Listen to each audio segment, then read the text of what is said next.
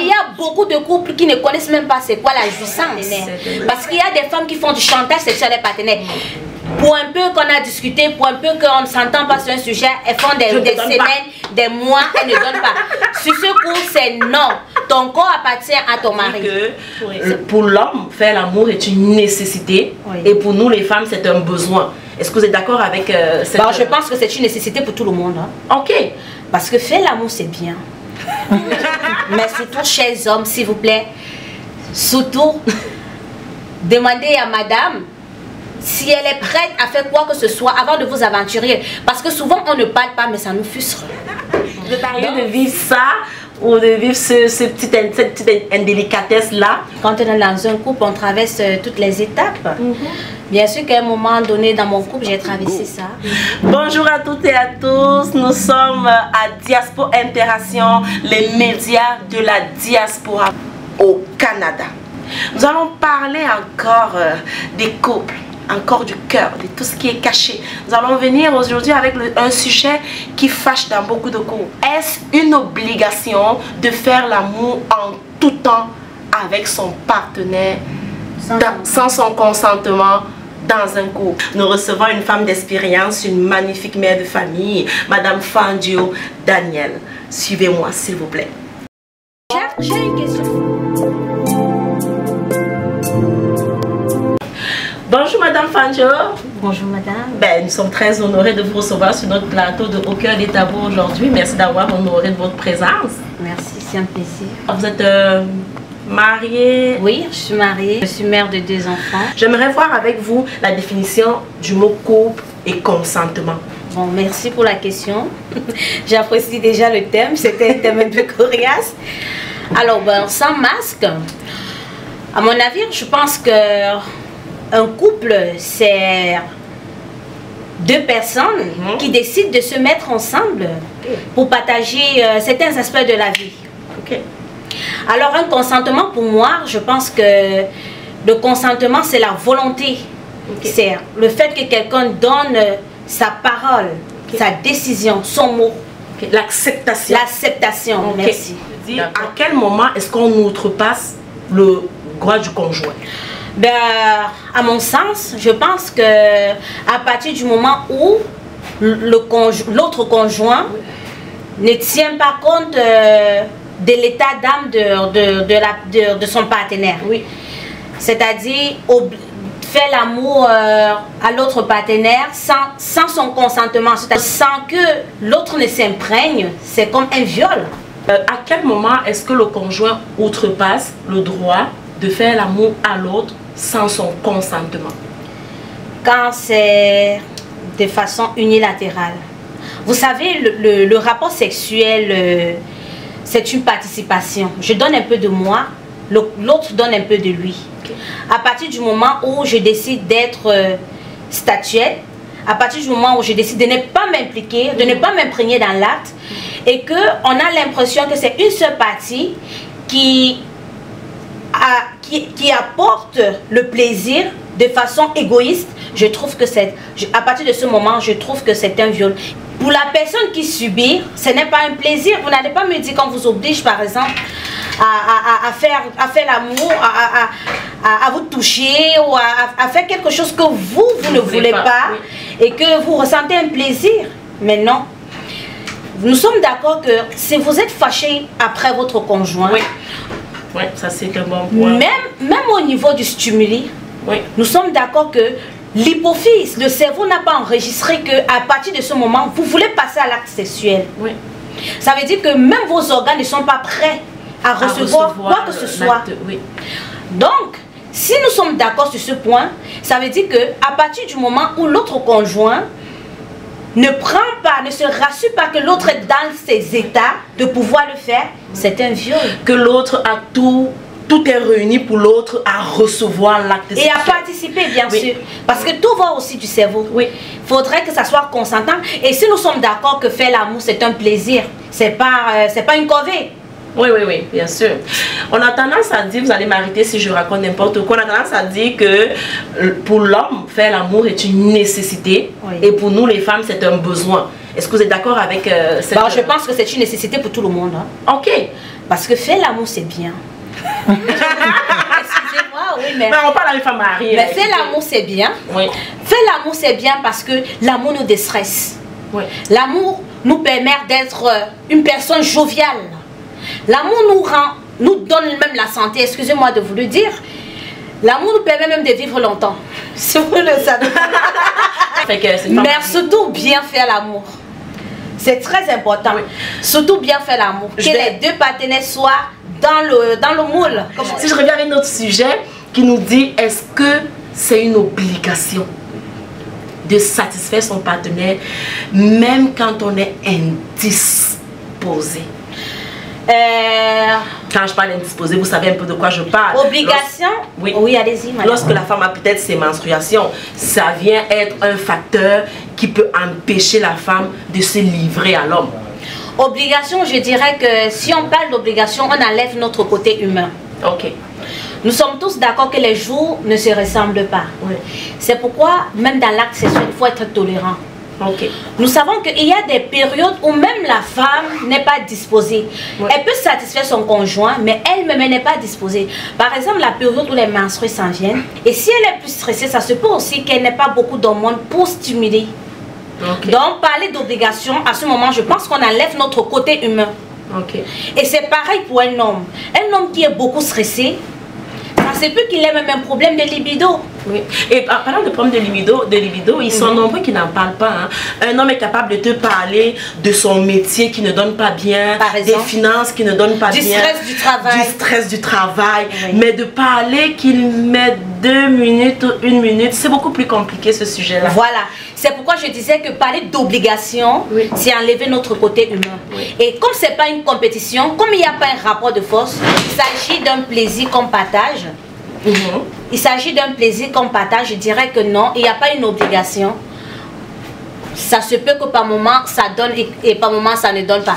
Quand ça ne donne pas, qu'est-ce qu'il faut faire? Trouver des solutions ensemble, être tolérant. C'est ce que je peux dire. C'est quoi les conséquences que cet acte-là, c'est-à-dire obliger son conjoint à avoir des rapports, quelles sont les conséquences, vous en tant qu'une femme mariée, si on parle peut-être de la voisine, pas nécessairement de vous?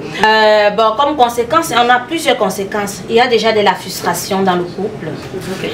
Il y a de la frustration parce qu'un partenaire considère l'autre comme égoïste. Oui. Et puis, on met la frustration, on a ce sentiment d'être chosifié, d'être rabaissé, de ne pas être considéré comme tel. Oui. Et puis, on a aussi ce sentiment de ne pas se sentir à l'aise dans l'acte sexuel. On se dit, bon écoute, mon conjoint, lui, il est tellement égoïste, il veut se plaire, il ne pense qu'à lui. Et quelque part, pour certaines personnes, ça pourrait conduire à des cas d'infidélité. À des cas d'infidélité parce que si on a en face de nous un partenaire qui ne pense qu'à lui et nous autres nous sommes frustrés, ça se peut qu'à partir du moment où, ça se peut, hein, parce que nous sommes des humains, on se laisse aller quelques instants et qu'on découvre ça dehors, on n'aura plus du plaisir pour le partenaire qu'on a dans la maison. Okay. Ouais. Ça fait que l'une des conséquences. Vous pensez que l'hygiène aussi peut être une conséquence, peut-être au cas où le monde de l'hygiène, si peut-être il n'y a pas une belle hygiène, est-ce que ça peut être une conséquence quand même du refus du partenaire lors de l'acte sexuel? Oui, bien sûr. Fait que si je viens un peu rebondir avec la Bible, je sais que vous êtes chrétienne. Oui. J'ai parcouru un petit peu votre Facebook, je suis curieuse. Je sais que vous êtes chrétienne. Si on vient un peu parler de la Bible, vous pensez que qu'est-ce que la Bible dit dans le fait que dans un couple que l'autre puisse refuser son corps à son conjoint? Ben écoutez, moi je sais que la Bible, quand on parle de l'éducation du mariage dans la Bible, ou bien du moins ce que la Bible, d'après moi, c'est que le mariage est une institution divine. Oui. Et dans le mariage, on doit être épanoui. Si donc on doit être épanoui, ça veut dire que les deux partenaires doivent chercher d'un commun accord le juste milieu. On ne cherche pas à frustrer l'autre, à faire ce qui nous fait plaisir uniquement à nous, mais on essaye aussi de penser à l'autre. Bébé, qu'est-ce que tu aimes, qu'est-ce que tu n'aimes pas? La façon de la façon même de toucher, la façon de parler. Oui. Et enlever le masque. C'est-à-dire comprendre que oui, j'ai en face de moi quelqu'un qui partage mon corps. Donc, La Bible n'est pas pour la frustration, la Bible n'est pas pour la violence, mais la Bible est là pour l'harmonie, pour la paix, pour l'épanouissement et pour tout ce qui est, écoutez, pour tout ce qui est bien. À partir du moment où un partenaire force l'autre, ça traîne de la frustration, du chagrin et même de la mort, pourquoi pas. Je sais qu'à notre époque, nos mamans disaient souvent que tu ne peux pas refuser l'homme, il faut donner. Tu ne peux pas refuser ton corps à un homme, c'est comme ça. Je pense que les mamans, quand elles le disaient, c'est dans le sens qu'il ne faut pas faire le chantage sexuel à ton partenaire. Parce qu'il y a des femmes qui font du chantage sexuel à leurs partenaires. Pour un peu qu'on a discuté, pour un peu qu'on ne s'entend pas sur un sujet, elles font des semaines, des mois, elles ne donnent pas. Sur ce coup, c'est non. Ton corps appartient à ton mari. Oui. Je pense que c'est dans ce sens que nos parents disaient que ton corps appartient à ton mari. Oui. Parce qu'il ne faut pas faire le chantage sexuel à ton mari. Il y a certaines femmes que c'est comme un cadeau, c'est un petit bonbon. Si tu as bien fait les choses, si tu t'es occupé des enfants, c'est comme une petite récompense. Ben tu te donnes ton petit nanan. C'est pourquoi je disais que faire le sexe c'est bien. Ça épanouit le couple.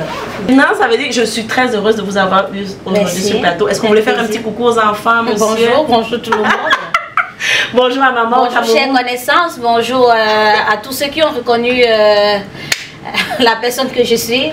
La magnifique femme que vous êtes. Je vous salue où vous êtes. Nos recommandations aujourd'hui pour vous les couples qui nous avaient suivis.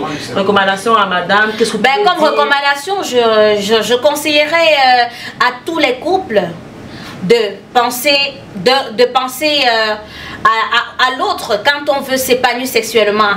Tenir compte de tous les aspects, de discuter et surtout, mais surtout chers hommes s'il vous plaît, surtout demandez à madame si elle est prête à faire quoi que ce soit avant de vous aventurer, parce que souvent on ne parle pas mais ça nous frustre. Donc si je peux vous donner quelques conseils à nous autres, à vous aussi et à moi aussi, parce qu'on apprend tous les jours, c'est apprendre à être tolérant dans le couple, savoir faire plaisir à l'autre. Et en le faisant, l'autre aussi nous fera plaisir. Et mettre toujours en tête que le rapport sexuel n'est pas une bagarre, il n'y a pas de rapport de force. C'est juste un moment de plaisir, d'échange. Et si je viens un peu renchérir un peu au niveau de plaisir et d'échange, je dirais aussi que il faut se faire plaisir en faisant plaisir à l'autre. Bien sûr. Parce que lorsque tu vas avec la douceur, lorsque tu demandes l'avis de l'autre, c'est le partage, c'est de parler, c'est de communiquer. Parce qu'on est fatigué de faire semblant. J'ai une cousine, pas moi. J'ai une cousine qui me dit toujours qu'elle fait semblant. Fait qu'on est fatigué. Michel, je vais te couper un instant. Oui, merci. Parlant de faire semblant, si vous cherchez toujours à vous épanouir, l'autre partenaire sera frustré. Quand vous finissez de faire l'amour avec un partenaire, demandez-lui, bébé, est-ce que tu es satisfaite? Ça se peut qu'un partenaire ne jouisse même pas. Il y a beaucoup de couples qui ne connaissent même pas c'est quoi la jouissance. Mais c'est vrai. Oui, et elle ment parce qu'elle me fait plaisir. Il demande, bébé, est-ce que c'était bon? J'ai une question surprise pour vous les hommes à la maison. Est-ce que vous connaissez c'est quoi le point G de votre femme? Est-ce que vous savez où ça se situe? Discutez-en. Quelqu'un qui a vécu cette indélicatesse là. C'est vrai que cette question est coquille. Ben, écoutez, quand on est dans un couple, on traverse toutes les étapes. Bien sûr qu'à un moment donné dans mon couple, j'ai traversé ça, d'où l'expérience. Voilà. Et je sais de quoi il s'agit. Je sais que ça entraîne beaucoup de frustration. Mais une fois qu'on a trouvé l'équilibre et que chacun est épanoui, finalement, écoutez, ça devient un feu quoi. Rassurez-nous, c'est toujours l'élu de votre cœur, votre mari. Bien sûr que aucune chance pour toi qui regarde, laisse tomber, elle est encore mariée. On va faire un coucou à la caméra. C'était au cœur des tabous. Nous avons reçu Madame Danielle Fanjo. Merci beaucoup. Merci. Bye bye.